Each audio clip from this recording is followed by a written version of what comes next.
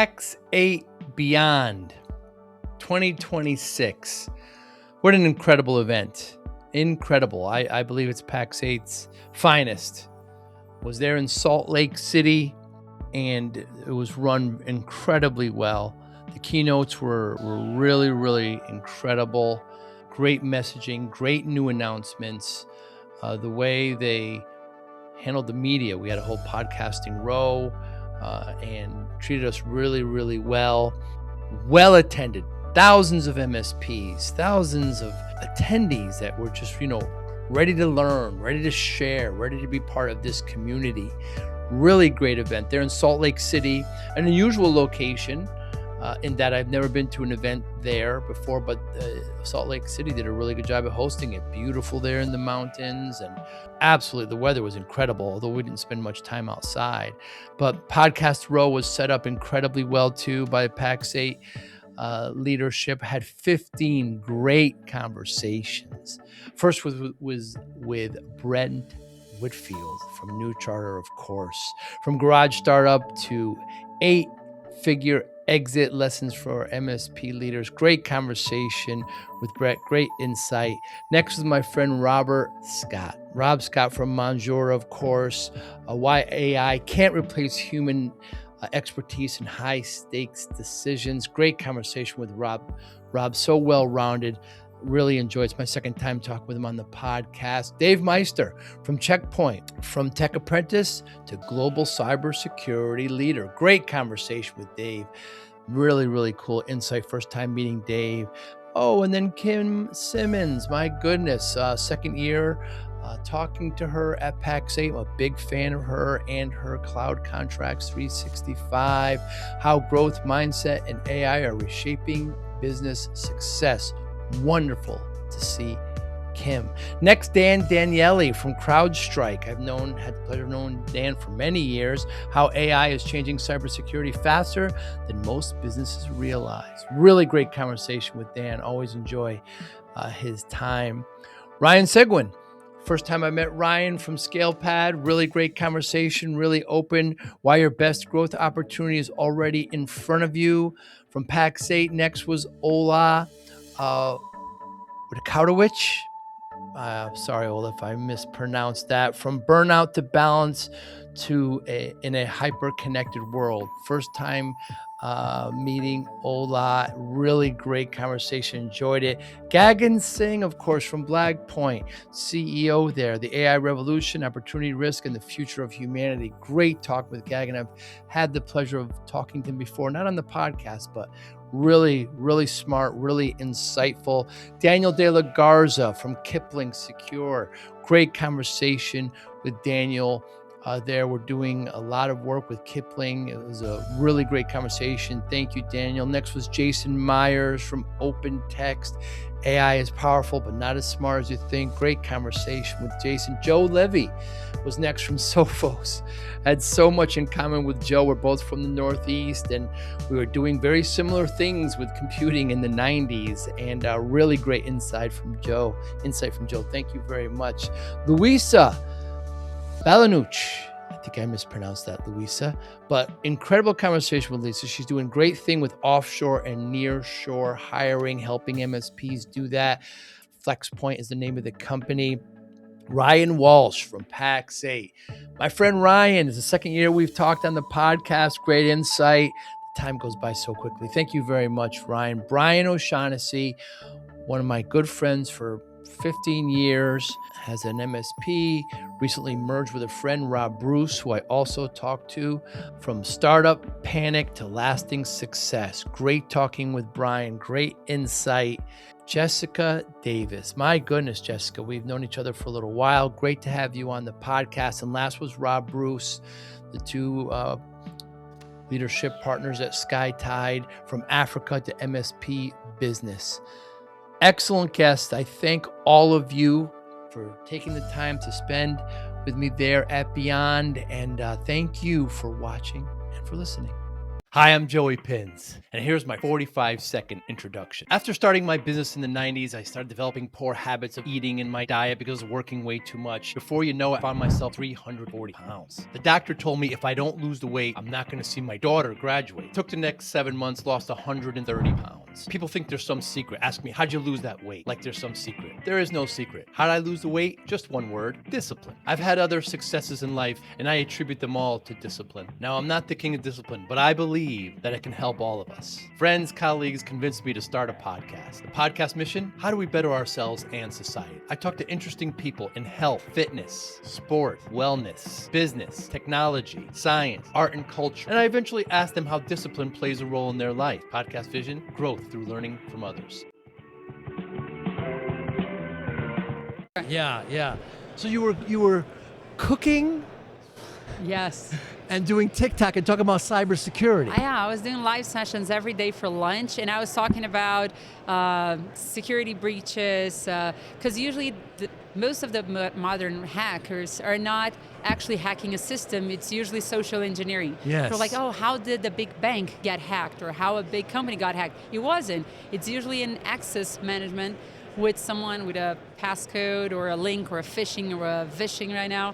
So I was telling stories about these things while I was making, steak and broccoli and stuff. In this fast-paced MSP landscape, how do you stay ahead? Introducing MSPinfluencer.com, your ultimate hub for MSP news, insights, and community connection, powered by Forza Dash. More than 75,000 MSPs subscribe to our MSP Influencer Pulse weekly newsletter, staying informed and ahead of industry trends. Tune in to emerging podcasts from Joey Pinz and leading MSP voices, offering essential tips, powerful insights, and success stories. Explore our multi-authored blogs crafted specifically for MSP leaders, delivering fresh perspectives and actionable strategies. Celebrate excellence with the industry-leading Forza Dash MSP Influencer Awards, recognizing innovation, leadership, and impact in the MSP community. Join thousands of MSP professionals who trust MSPinfluencer.com to grow their business and expand their networks. MSPinfluencer.com, where today's MSP leaders connect, collaborate, and conquer, all powered by the Forza Dash platform, helping MSP vendors work effectively with MSPs and helping MSPs grow. But what made you want to record it? I was switching jobs, and I had some time in my hands, and I really like cooking. My husband was like, you know what I think you would be good at? Let me show you. I think you'd be good at TikTok. And I was like, but why? And he was like, no, but you like talking, people like hearing you. Sure. You're funny. And I was like, okay, I'll give it a try. So I'll check them all out. Yeah, but see, I was like in my kitchen and I was talking to people and cooking. And what are you cooking? What? Anything. Lunch, like regular lunch. Making rice, beans, pasta. I made cookies. I made, anything, every day for lunch for an hour and a half. Wow. I would tell IT stories and things like that and be making lunch. And how do you know these IT stories? Where did the source come from? Some are cases that were currently happening. So I suffered a security breach myself in the Veuve Clicquot tour in France. I got an email. I was like, hey, your data got exposed. Did we start already? Oh, God. Your data got exposed? My data got exposed, and I was like, how did that happen? And I thought it was very interesting. So I made a live, and I was telling people, hey, this is what happened to me. Check the official notice from Veuve Clicquot, because they're a huge company, and what happened, and trying to figure out what was the data breach, what was the entrance point that they have, and what are the consequences, because lots of people actually don't know what are the problems of having your data exposed. Unless you get your banking information hacked, the average person is like, oh, okay, they have my social security, what are they going to do with that? And I was like, lots of things. They have your email, your address. They can do a lot of fraud in your name. Yes. So I was trying to educate people on that, and people were having fun with it. We had a big problem with one of the most famous banks in Brazil with the payment system. We have a government type of a Zelle situation. Right. And $1 million got stolen. Whoa. And people were like, how did that happen? How was that instability? It was a service manager that gave access to a third-party application. Whoa. And through the third-party application, they got into his remote environment and did the operation. So it's usually a human breach, not a technology breach at this point. Right. How long ago was that? 2 months ago. Whoa. It's very recent. Yes. So I was either doing whatever happened right now, I was researching current cases, or taking some famous ones and trying to show people that there's good hacking, ethical hacking that we call it, and explain that. It was an educational purpose. I wanted to talk to younger people that already got born into this hyper-regulated cybersecurity environment and said, this is why these things exist. And it was fun. We were having a decent time. Why'd you get into jiu-jitsu, Luisa? You're two-time champ? I got into jiu-jitsu because that was back in college, had a lot of angry energy, let's say, Good for you. that I needed to channel towards something. So I would either bake or jiu-jitsu. Wow, that's either quite bake opposite. or wrestle. Yeah. And it's good. It's good. You channel those things. You channel those emotions. We usually say in jiu-jitsu that if you're wrestling, you're not fighting, because you get that energy out that needs to get out of you somewhere, but it's not in the wrong people. It's not misguided. Right. It's not violent. It's just the energy with technique. So that was pretty good for me. And then they started inviting me to tournaments. Do you want to participate on the city tournament, the regional, the state? And I was like, sure. And there are not that many girls. You can see me now. I'm a little tall. Yes, you are. I'll do it. Let's do it. And it was fun. It was fun. So I won once, and then next year they invited me again. You still do it now? I don't do it anymore. No. I was doing it for a while. Cracked a rib, rolling. Oh. And then, if it affects my golf, Luis, or affects my tennis, I'm going to stop doing it. I never went understand. back. So it wasn't an injury that made you stop? I got injured, but that doesn't stop me from anything. I got a tooth messed up here. I got my pinky toe got cracked in a wrestle. It twisted around and cracked. It got fixed. I got better. I broke my toe as well, my big toe, but it's fine. Patch it up, heal it up, go back, do it again. Life is exciting when you're living it. It is. Luis, we're here at the big PAX8 Beyond. What are some of your goals this week? My goal this week is to understand how I'm going to partner with PAX8 for 2027. So I'm here to check out the conference. I got referred by a few friends to check this out. We're growing our company. We're growing our presence in the MSP space. So we created a business unit with a package for that. And I've heard from friends that this is a space if I wanted to be a good, relevant vendor. So hopefully everything goes well. Hopefully the PAX8 team also enjoys working with us and our value prop, and next year we can come as sponsors. Luisa, how does FlexScale help MSPs? What we do is we find the ideal talent anywhere in the world. So we can support from engineering, help desk, customer support, accounting in multiple countries. So we can do follow the sun strategies. We can have teams in Latin America to align with your time zone. We can have folks in the Philippines or India, anywhere you want, supporting your MSP. So right now we see a market in the US that is very competitive. Salaries are a little crazy, a little high. So when we go offshoring, we can get a good balance with that. So we can offer a competitive advantage. You lower your costs, you lower your payroll, you have an American partner, so compliance reasons, you're covered. Amazing talent, great English, empathetic, hardworking to get you where you need to go and saving some bucks while doing that. When MSPs are looking to partner with a firm that does offshore hiring like this, what questions should they be asking? There's so many, because that depends on your demand. I'm going to tell you the majority of our clients is worried about communication, monitoring, how much are we willing and able to support them. If we are keeping a close eye on the talent, giving feedback, supporting performance, those are questions that always arise. And of course, all the ones about compliance, SOC, NOC, all of those things, device, data management, data destruction in the end of the partnership or the termination of the talent. So it's a very broad, deep conversation that we have, but that's one of the reasons clients stay. When you set up a healthy partnership that checks all those boxes, there's no reason to leave. Have you worked with an MSP? Have you been exposed to any MSPs? I have worked with many MSPs in the past. What do you like about them? I like the idea of community. No, I love it. I like the idea of community. MSPs is one of the industries that I found where people want to be friends with each other.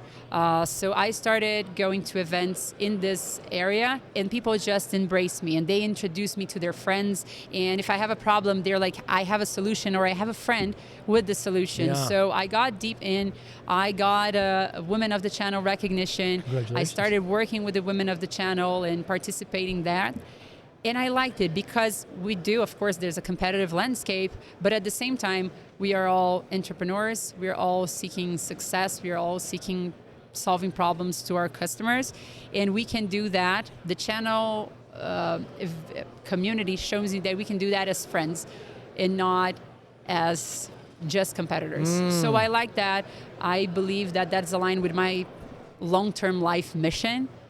And that's the kind of environment I want to be in. Luisa, I'm a former MSP. Okay. I started it in the 90s. I sold in 2019, and I talk to MSPs every day. Generally speaking, the three things that keep them up at night have been pretty consistent the last 6-7 years. First, cybersecurity. If their clients get hacked, they get attacked, they have to allocate resources, they're going to lose money, they're probably going to get fired from their client, they might even get sued. 2, human capital. How are they going to keep their people happy? How are they going to attract new talent? Very important. They can't grow without it. And 3rd, of course, is growth. Private equity has poured in hundreds of millions of dollars. Yeah. They're selling their MSPs. How am I going to make it more valuable? How do you help? I would help mostly right now in the second pillar, Yes. hiring people, finding the right talent, maintaining them happy. So this is where our new initiative with AI is coming in place. We're not using AI as other staffing partners to source. We're not replacing the human value. We are using AI to assess people. Right now, we don't expect employees to not leverage an AI during their workday. So instead of saying, how everybody else is saying, all of my competitors are going to tell you, I'm tracking their eye movement, I'm tracking them during the interview, and I'm going to catch them in a fraud. Oh, wow. I don't want to do that. That's not who we are. You know what we do? We say, hey, I'm going to give you a homework, and you're going to use AI to solve it. Wow. Because on your day-to-day, you are going to use some tools. Just tell me how you used it. What were the prompts? When you had to make decisions with that tool, why did you make those same decisions? What are the parameters and the reasoning behind your choices to get to this outcome? So I don't need you to do 4 hours homework.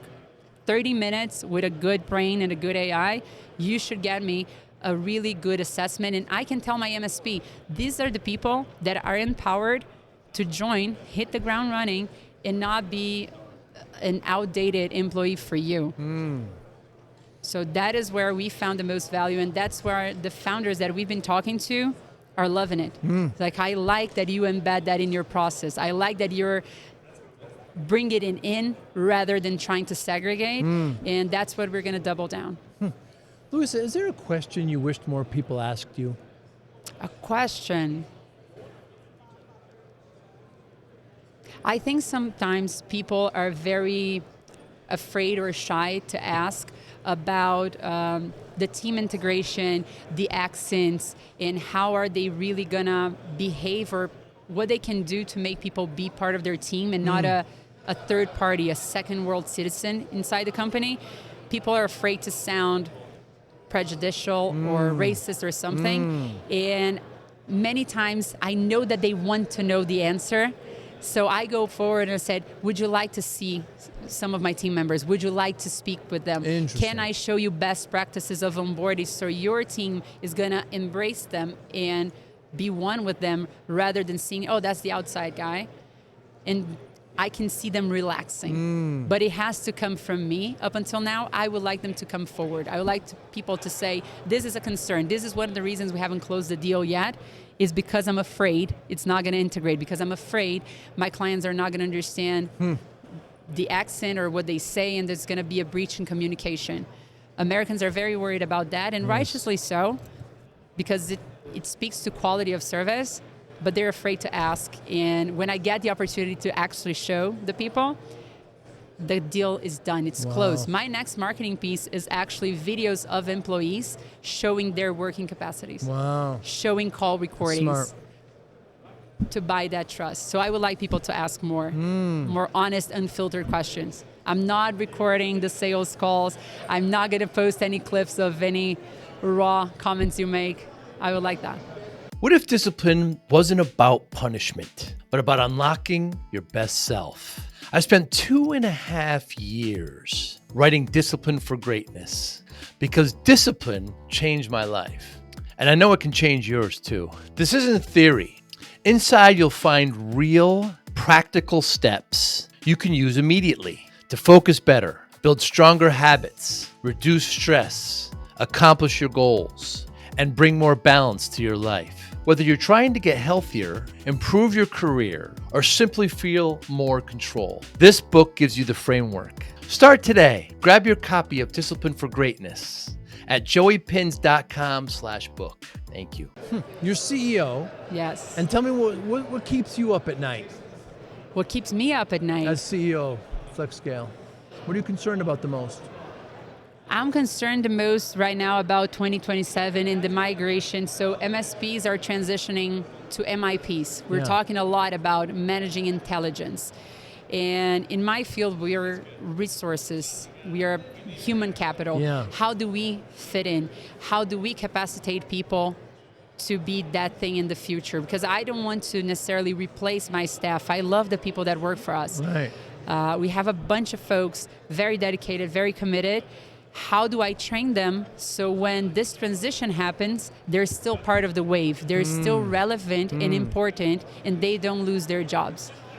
Because MSPs or MIPs in the future are still going to need people, but with a different skill set, Yes. with an upgrade.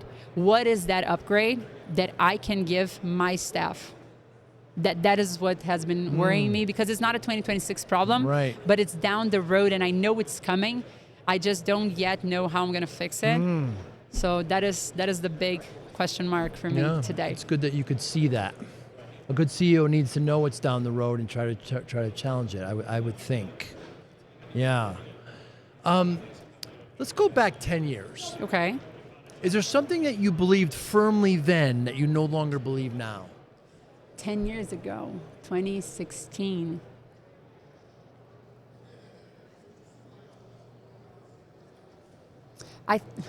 You know what? I actually thought, if I'm being very honest, that we would have flying cars and we don't. Yeah. So that is a personal disappointment. But on the world, I thought that the more we had information available, the society would be elevated.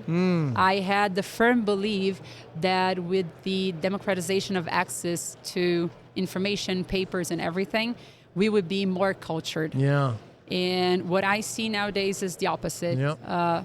Fake news, misinformation being spread on social media, and all of those things make no sense to me. I said, it's available. You can research. You can find the information yourself, and not no one, but the majority of the people are actually just consuming what influencers say. Right. And influencers are not necessarily aligned with reality. They are aligned with sponsors, with making money, with going viral.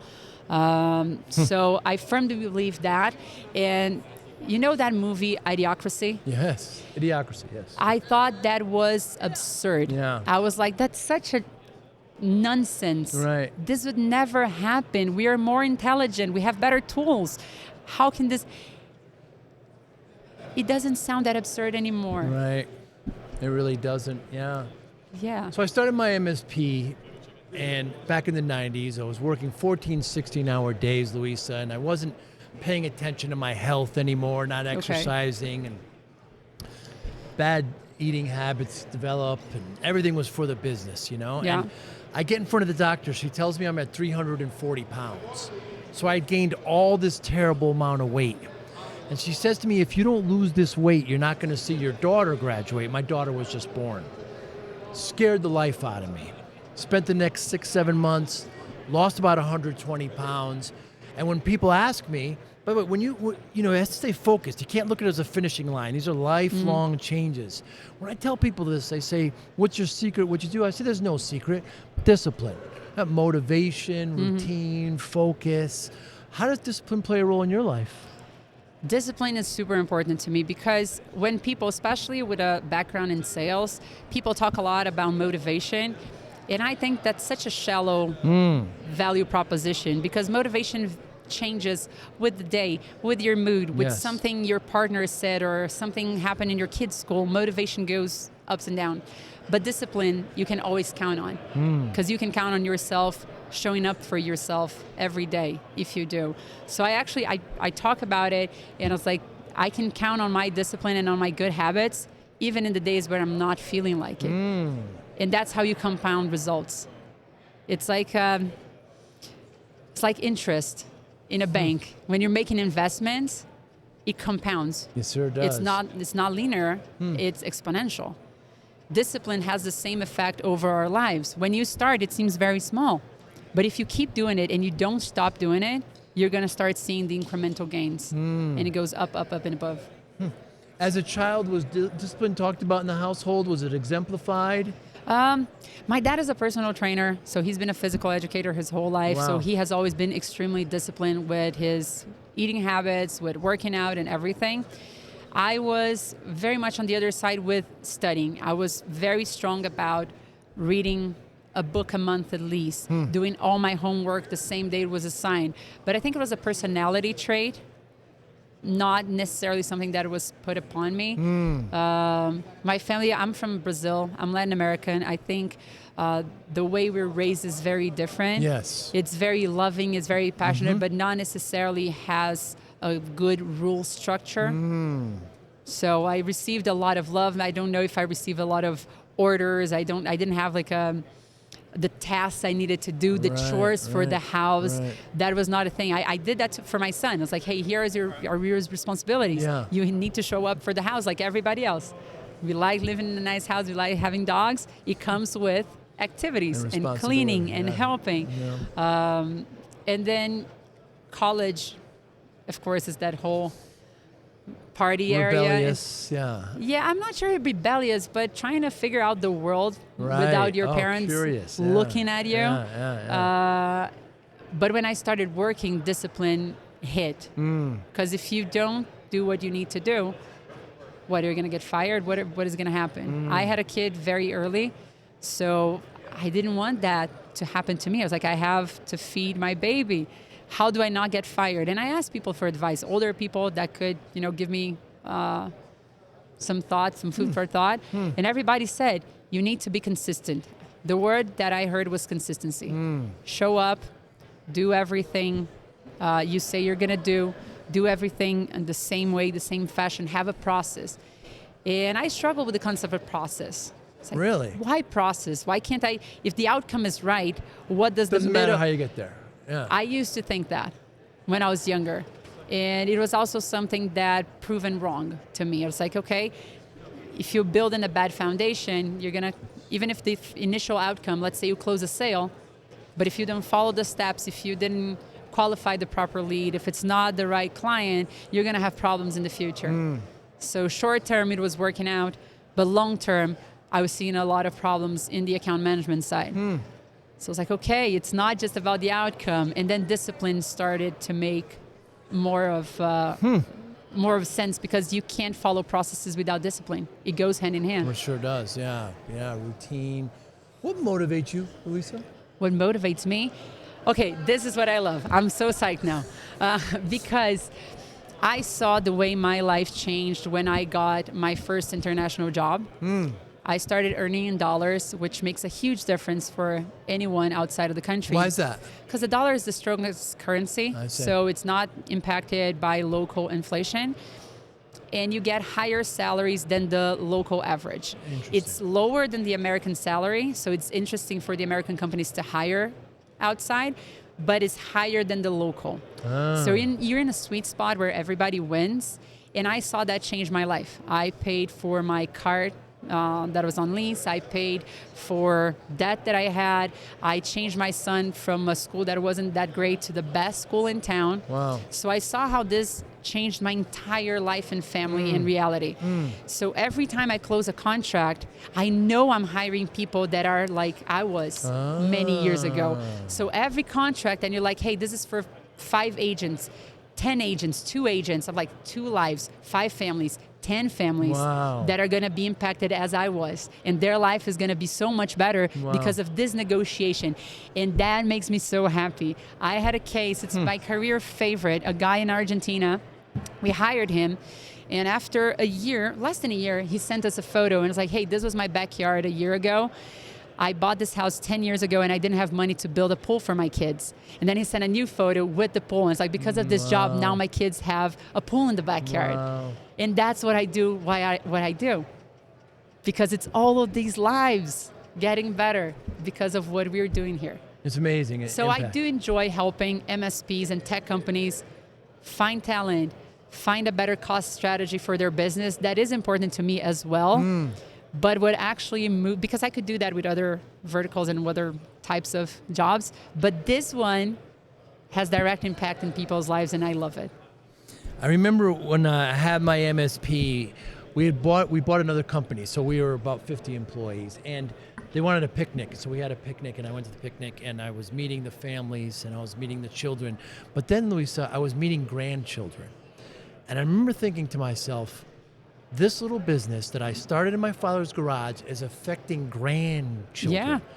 So I remember, after that picnic, that party, I went right to the office. I was like, I'm going to have to work harder because it's not just affecting all the employees, it's affecting grandkids.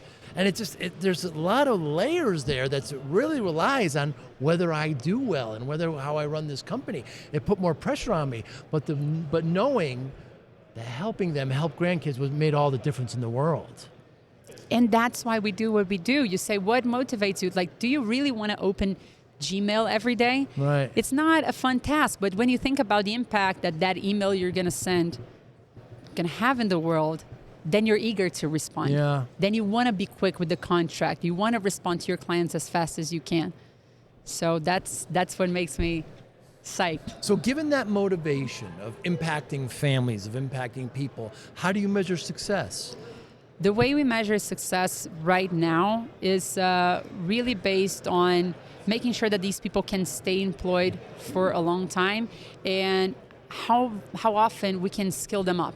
Can we teach them new things that are going to give them an opportunity to have a raise? We have people that have variable compensation, so that is a big indicator for us internally. If they're getting variable comp from their clients, meaning they're doing a great job, they're being recognized, and maybe for you, like, hey, what does $50 mean for you? Maybe a lunch or less, Sure. But for them, it's a huge impact.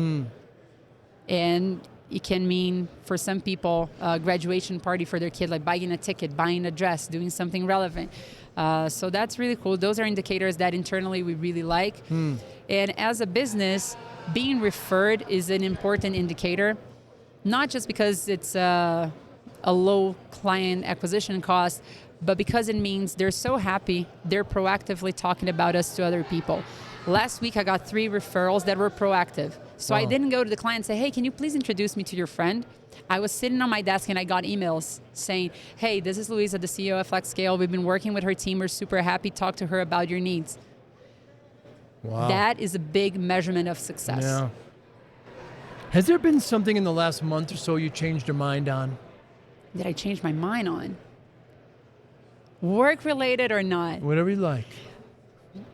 As you know, I'm Brazilian, and the World Cup is right around Right the corner. Here. Tomorrow. Tomorrow, yes, and Brazil plays on Saturday. We're very excited about Yes. it. And it's been years. It's been 24 years since Brazil won a World Cup. So it's a little painful. And I've been having a beef in my heart with Neymar for the last 10 years Why? or so. Because he throws himself on the floor, and I find him so dramatic. He does. So I've been bad-mouthing Neymar for years. And a friend of mine called me out, and I was like, are you sure you're not letting your feelings during the matches cloud your judgment? And I was like, no, the guy is not serious about life. He's not serious about his profession. And I was like, study a little bit. Yeah. Talk to Claude and ask about Neymar's indicators. I changed my mind completely. Wow. I was so wrong. About He Neymar. has the highest attendance in the team. Yeah. He doesn't skip practice. He has the highest number of games played for Brazil, highest scoring, highest assistance. The kid is a legend. Yeah. He's definitely a legend. He has bad PR, especially in Brazil. He has really bad PR. So lots of people like throw hate at him. Yeah. It's so. Well, it's because they haven't won. It's not, but it's not. It's not well. It's not deserved. You know? And it was World Cup was there 8 years ago, right? 4 years ago, and then 4 years before then, and 4 years before. So it's 12, yeah. It was. And I had videos before of my son saying, "Dear God, bless Neymar." And I was like, Neymar doesn't even deserve all that love. Yeah. But you know what? He does. He's a good kid. He does a lot of charity. Yes. He donates money to 2,500 families every month. Wow. And I was like, I was so wrong about him. Yeah. So I changed my mind about that You're right on time for the World Cup, so I can root with a clean heart. Good for you. Yeah, so I'm happy about that. Can you describe what it was like to be in Brazil when you played that German game that nobody wants to? So what was it like? Tell me. I mean, was it just disgust? Was it anger? Like what? No, what it was sad. It was the pulse legit sad, and it was very hard for us to make sense because I don't know if you remember that match specifically. The goals were very close to one another. They were. So at some point we thought thought it was 5-0. We thought it was replays. Right. Oh. I went to the couldn't believe kitchen it. to make a popcorn, and I came back, and Germany had scored 3 goals Right. in my microwave popcorn time. Wow. There was nothing, and we were all shocked. We couldn't believe that was happening. That had never happened to Brazil. My son was super tiny, and for him, a goal is a goal, right? Right. It was 2-3 years old. I was like, yeah, and Right, he didn't know don't. Yeah. Everybody's so sad right now. I remember walking on the streets and just like, It's a silence. I can't believe that happened. And everybody was just looking at each other, touching their foreheads and looking shocked. Wow. It was really sad for Brazil. Wow. And up until now, you can pick a good fight in Brazil if you say 7-1. Is that right? 7-1. That's the number. Whenever you're having a tough day, like, I don't know, you step on a puddle, something bad happens. Yeah. We still use the expression, oh, it's a 7-1 every day. It's a 7-1 every day. It's a big expression for us. Wow. I had a problem with my hotel room. They didn't have the room I booked. There was a whole thing in my check-in. I texted my best friend. I was like, oh, my 7-1 today was that the hotel doesn't have my reservation. Traumatic. I remember that game, yeah. Did you know that the rumor that we have, and I choose to believe it's true, is that in the halftime between the two times there, we went to the German team, to the coach, and we begged him to stop scoring, and apparently we gave them a present, some money or whatever, and that's why they didn't do 10-1. Whoa. That is the big rumor in Brazil because there is no reason why they stopped. There was no reason to. Well, Brazil started playing. I mean, we started understanding. We really didn't. Rewatch the match. We didn't. We didn't get an inkling better. But Germany, a nice goal. They were 1-7, and it's like they had mercy on us a little bit because if it was 10-1, it would be a lot more humiliating. Yeah. So 2 digits would have been bad. I don't know if we understand that here in the States because it's really regional. You know, we don't have an American. I mean, we have the Olympics. We have some American. But everything is really regional here. We don't have where a whole country was kind of sad. Yeah. You know, when it relates to sports. You'd seen it schools. You would go to the supermarket. Everybody was just bummed. Everybody. Yeah. It's the same thing now. If you go to Brazil now, everybody's hyped. Of course they are. Everything is green and yellow and vibrant. Yeah. And there's a general positive thing going on because the World Cup is on. I remember when Maradona from Argentina played in Naples. My father's from Naples, and he was God there. I mean, he could just do no wrong. But then in the World Cup, Argentina, he came with Argentina, and all the Italians booed him. He couldn't believe it. He said, they'll never boo me. They love me here. They worship me. But the country comes first. But it's the World Cup, The country comes first, I'll tell you this, though. Brazilians really like Messi. So Isn't that interesting? Because of Argentina and Brazil. Argentina and Brazil, yes, a big rivalry. Yes. We have issues not only in soccer, but Messi's a very well-liked character. He is, yeah. And he's always very kind to people. That's See his interviews are really good. And there's a thing about him being extra respectful with his wife. I don't know if you ever saw that when he's interviewing Klaus Schumann, he doesn't touch them. He never keeps touches it them. Yeah. And Brazilians really like that. Right. So last World Cup, they were playing France. And we wanted Messi to win. It's like, he deserves having a World Cup. He's such a... Want to show your love for discipline, inspiration, and the Joey Pinz podcast? Now's your chance. Introducing the brand new Joey Pinz merch store, where style meets discipline. Choose from premium apparel, cozy hoodies, stylish hats, durable bags, and your new favorite coffee mug, all featuring the iconic Joey Pinz logo. Perfect for podcast fans, discipline enthusiasts, or as unique gifts for friends and family.